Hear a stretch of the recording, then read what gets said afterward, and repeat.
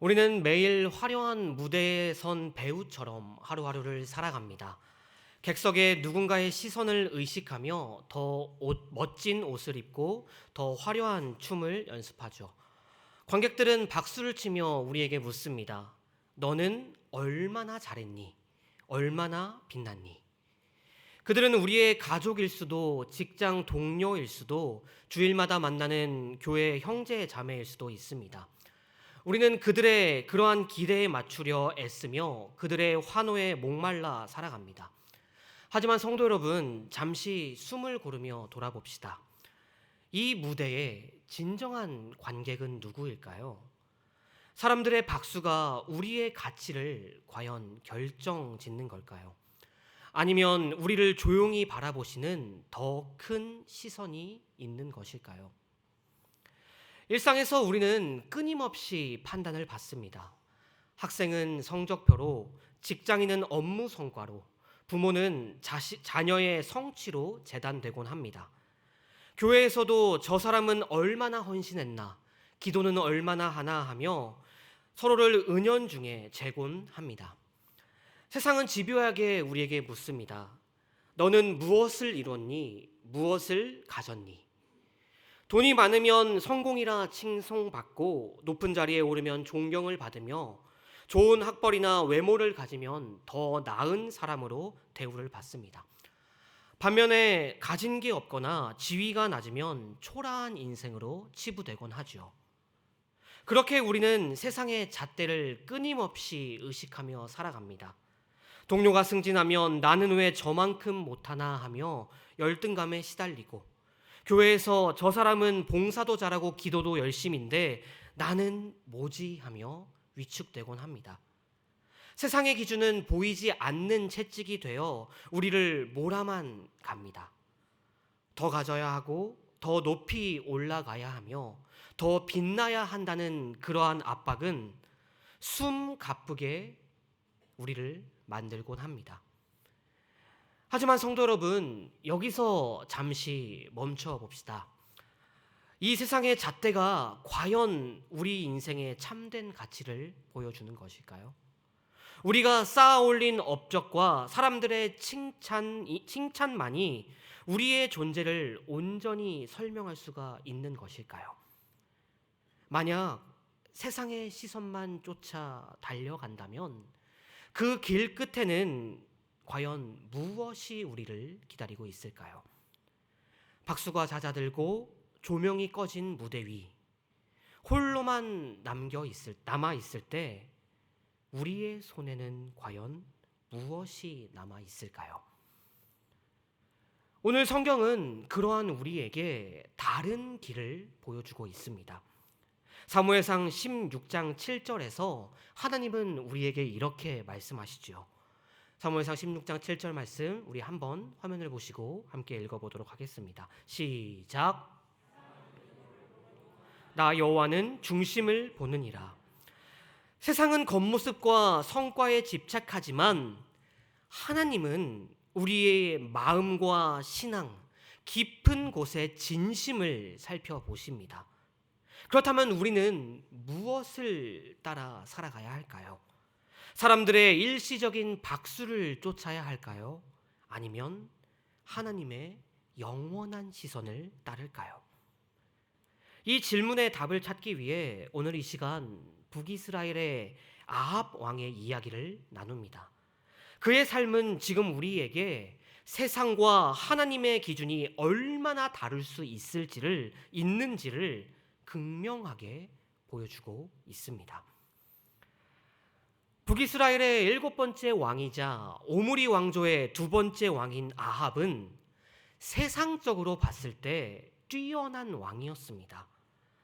왕들의 평균 즉위 연도가 10년이 안 될 정도로 정치적으로 불안했던 그 북이스라엘을 약 22년간 다스리며 북이스라엘을 정치적, 경제적, 군사적으로 번영의 시대로 이끌었던 왕이 이 아합입니다. 주변국들 사이에서 두각을 나타낸 그의 통치는 세상 기준으로는 눈부신 성취로 평가되곤 합니다. 아합의 통치를 몇 가지 살펴보게 되면 먼저 그는 경제를 꽃피운 왕이었습니다. 당시 북이스라엘은 지중해와 중동을 잇는 무역로의 중심지였고 아합은 이 이점을 살려 중개 무역을 활성화하고 구리 광산을 개발하여 나라의 곳간을 튼튼히 쌓았습니다. 사마리아의 시장은 실크, 향신료, 귀금속으로 가득했고 그의 치세는 백성들이 물질적 풍요를 누릴 수 있었던 황금기였습니다. 그의 통치는요, 오늘날로 치면 경제 성장률을 높였던 유능한 리더가 바로 이러한 아합이었습니다. 둘째로 그는 군사적으로도 뛰어난 능력을 지녔던 왕이었습니다. 기원전 853년 카르카르 전투라 불리는 그 전투는 그의 군사적 능력을 보여주는 대표적 사건입니다. 당시 강대한 아수르 제국이 가나안 지역을 장악하려 하자 이 아합 왕은 주변국들과 연합하여 이 아수르 제국에 맞서게 됩니다. 그는 보병 1만 명과 전차 2,000대를 이끌고 전장에 나아가 아수르의 확장을 저지했죠. 그는 왕궁에만 앉아서 명령만 내렸던 왕이 아니라 직접 갑옷을 입고 병사들과 싸운 용맹한 지도자였습니다. 아마 백성들은 그를 보며 우리 왕이 이렇게 강하시니 우리가 안전하다라고 말하며 아합 왕의 통치에 자부심을 느꼈을 것입니다. 정말로 그의 군사적 명성은 주변국에 퍼져 나아갈 정도로 아합은 군사적으로도 뛰어난 왕이었습니다. 마지막으로 그는 외교에서도 뛰어난 왕이었습니다. 시돈 공주 이세벨과의 결혼 동맹은 그의 대표적인 외교 전략으로 꼽힙니다. 여러분, 이 결혼은 단순한 개인적 선택이 아니라 국가 안정을 위한 결정이었습니다. 당시 시돈은 해상 무역의 강국으로서 이 무역을 통해 북이스라엘은 무역망을 넓히고 군사적 위협을 줄일 수 있었습니다. 그는 주변 수국들과 평화 조약을 맺으며 외교적 입지를 강화했고 이세벨을 통해 들어온 페니키아의 문화는 궁정의 화려함을 더했습니다. 세상 기준으로 보면 그는 외교를 통해 나라를 끊임없이 번영으로 이끌었던 탁월한 정치가였습니다. 이처럼 아합은 부와 권력과 명예를 모두 거머쥔 완벽한 리더였습니다. 그의 이름은 이스라엘 역사에서 번영의 상징으로 기록될 만했고 오늘날이었다면 그의 업적은 매일매일 신문의 헤드라인을 장식하며 아마 그는 리더십의 모범으로 칭송받았을 것입니다. 하지만 과연 하나님의 눈에도 그러했을까요? 세상이 높이 평가한 그의 삶이 하나님 앞에서도 빛날 수가 있었을까요? 열왕기상 16장 30절부터 33절, 오늘 우리가 함께 읽은 이 본문은 이러한 아합에 대한 놀랍고도 충격적인 평가를 내리고 있습니다. 자막을 보시면 오므리의 아들 아합이 그의 이전의 모든 사람보다 여호와 보시기에 악을 더욱 행하여 그는 그 이전에 이스라엘 모든 왕보다 심히 이스라엘 하나님 여호와를 노하시게 하였더라. 성경은 지금 그를 북이스라엘 왕들 중 가장 악한 왕이라고 단호하게 규정하고 있습니다. 세상 사람들의 눈에는 강력한 통치자, 어쩌면 영웅으로 보였을지 모르지만 하나님 앞에서 그는 철저한 실패자였습니다. 그 이유는 분명하죠. 그의 마음이 하나님을 떠났었기 때문입니다. 성경을 보시게 되면 성경은 아합의 행적을 열왕기상 16장부터 22장까지 총 7장에 걸쳐 기록하고 있습니다. 여러분, 이것은요, 통일왕국 시대 사울, 다윗, 솔로몬을 제외한다면 가장 긴 분량입니다. 하지만 이 7장은요, 앞서 소개시켜드린 그의 세상적 업적에 철저히 침묵하고 오직 하나님 앞에서 저지른 죄악만을 기록하고 있습니다. 심지어 아합의 적들조차 아수르 제국이나 다메섹 왕국 같은 아합의 적들조차 그의 업적들을 일부 기록해 놓았는데 성경은 이러한 것에 전혀 관심을 두지 않습니다. 성경은 단지 그의 죄악상들, 배교와 우상 숭배의 모습만을 기록하고 있습니다. 성경에 따르면 그는 이세벨의 영향으로 사마리아에 바알 신전을 세우고 백성들을 하나님에게서 멀어지게 했습니다. 그는 단순히 타락한 왕이 아니라 백성을 죄악의 길로 이끈 지도자였습니다. 특히 열왕기상 21장에 기록된 그의 악행은 정말 엄청나죠. 나봇이 조상 대대로 물려 내려온 포도원을 지키게 하자 아합은 이세벨과 공모해 거짓 증인을 세워 그를 죽이고 땅을 빼앗았습니다. 세상은 그의 권력을 칭찬했지만 하나님은 그의 불의를 살펴보셨습니다. 그가 지은 화려한 궁전은 죄와 어둠으로 얼룩졌고 그의 업적은 부패로 가득했습니다. 결국 그의 최후는 비참했습니다. 열왕기상 22장에 기록되어 있듯이 하나님의 예언자 미가야의 경고를 무시하고 아합은 전쟁에 나갔다가 적군의 화살에 맞아 죽게 됩니다. 그의 피는 전차에서 흘러 개들에게 핥아졌고 하나님은 그를 심판하셨습니다. 세상에서 빛났던 그의 이름은 하나님 앞에서 저주로 남게 된 것입니다. 성도 여러분, 이러한 아합을 향한 평가는요, 우리에게 강한 경고를 주고 있습니다. 세상에서 아무리 성공해도 하나님을 떠난 삶은 결국 험으로 끝난다는 사실 말입니다. 성도 여러분, 인간의 기준은 모래 위에 세운 집과 같습니다. 겉으로는 화려하지만 바람이 불면 무너지죠. 반면 하나님의 기준은 반석 위에 세운 집과 같습니다. 겉으로는 보잘것없어도 영원히 흔들리지 않는 것입니다. 고린도전서 1장 27절로 28절은 그렇기에 이렇게 말하고 있습니다. 우리 화면을 보시고 27절, 28절 한번 함께 읽어보도록 하겠습니다. 시작.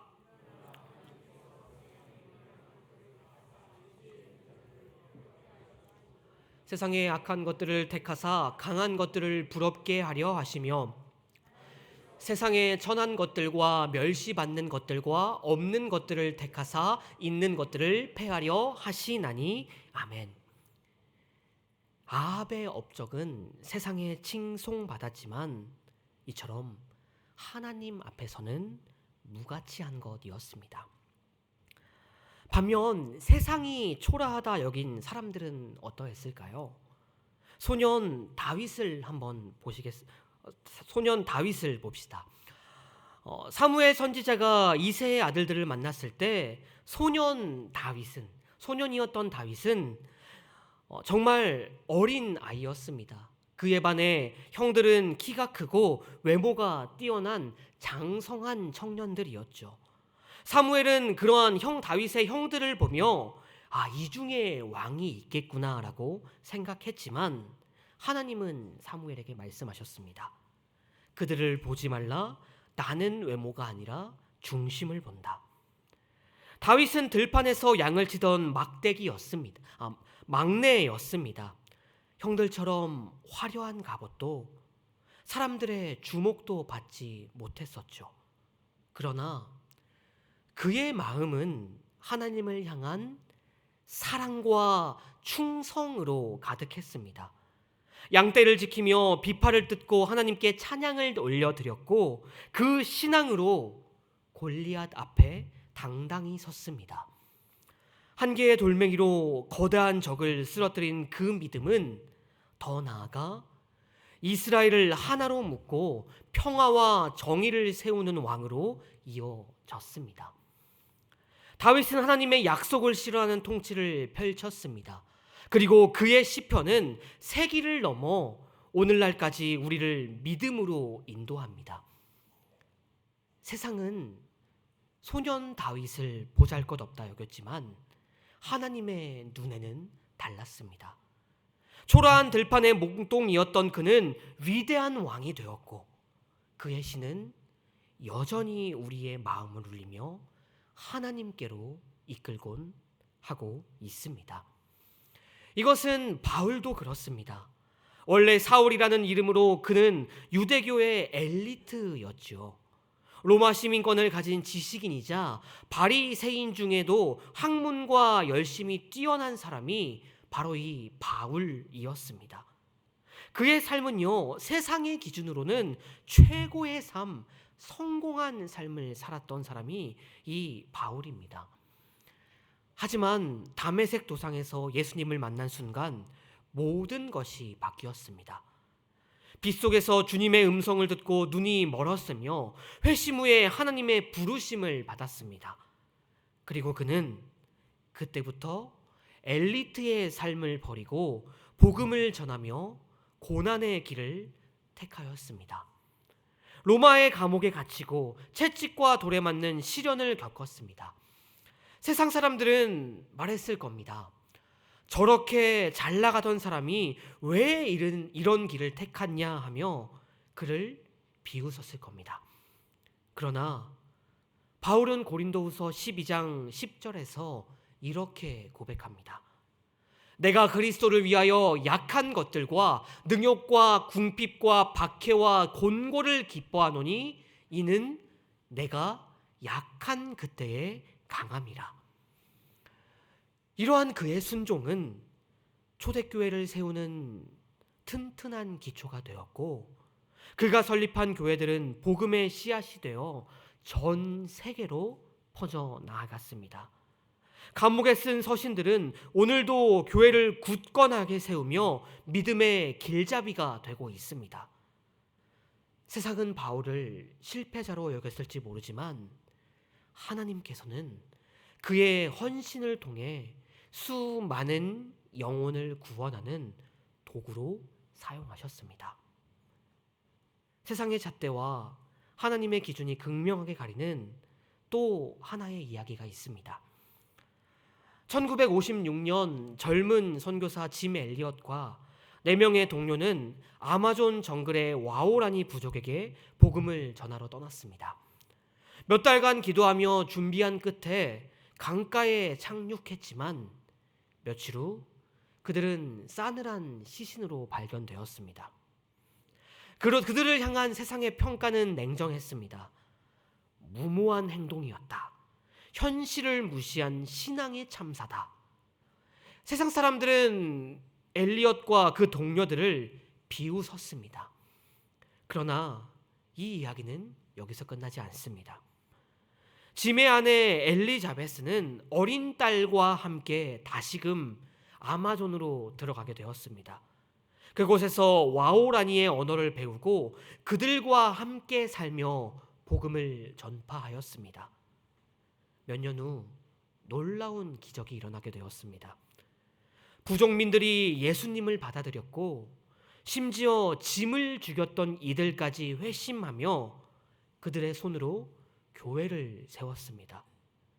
그의 희생은 와오라니 부족의 영적 부흥을 낳았고 그곳에서 시작된 믿음의 불씨는 전 세계 신앙 공동체에 퍼져 헌신의 모범이 되었습니다. 짐 엘리엇은 그가 남긴 일기에 이렇게 썼다고 합니다. 자막을 보여주시면, 영원한 것을 얻기 위해 영원하지 않은 것을 버리는 사람은 어리석지 않다. 세상은 그의 삶을 실패로 봤지만 하나님은 그의 희생으로 수많은 영혼을 구원하셨습니다. 그의 이야기는 오늘도 성교의 열정을 불러일으키며 하나님의 사랑을 증거합니다. 마태복음 6장 19절부터 20절은 에서 예수님은 이렇게 말씀하십니다. 너희를 위하여 보물을 땅에 쌓아주지 말라. 거기는 좀과 동록이 해하며 도둑이 구멍을 뚫고 도둑질하느니라.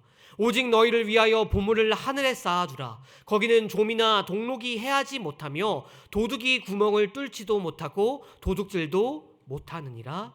아멘.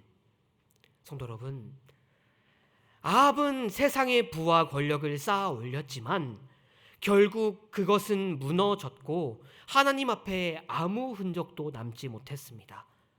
화려한 궁전, 그의 강력했던 전차, 번성했던 시장도 모두 바람처럼 사라졌죠.